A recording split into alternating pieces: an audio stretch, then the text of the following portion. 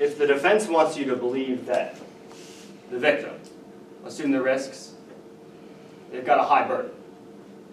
They've got to prove to you that she understood the specific risks. Because as Judge Hawkins will explain to you in a moment, you can't just appreciate a risk. To qualify for an assumption of risk defense, you have to appreciate the risk.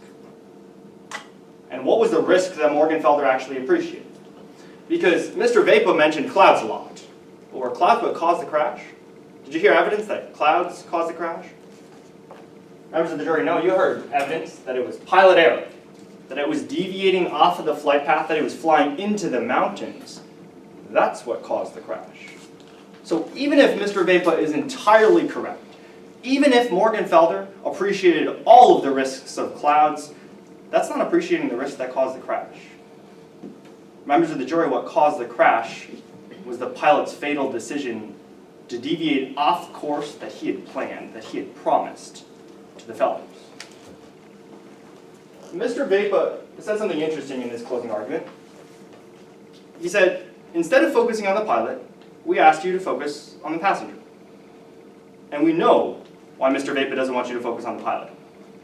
Because the pilot made 3 fatal errors.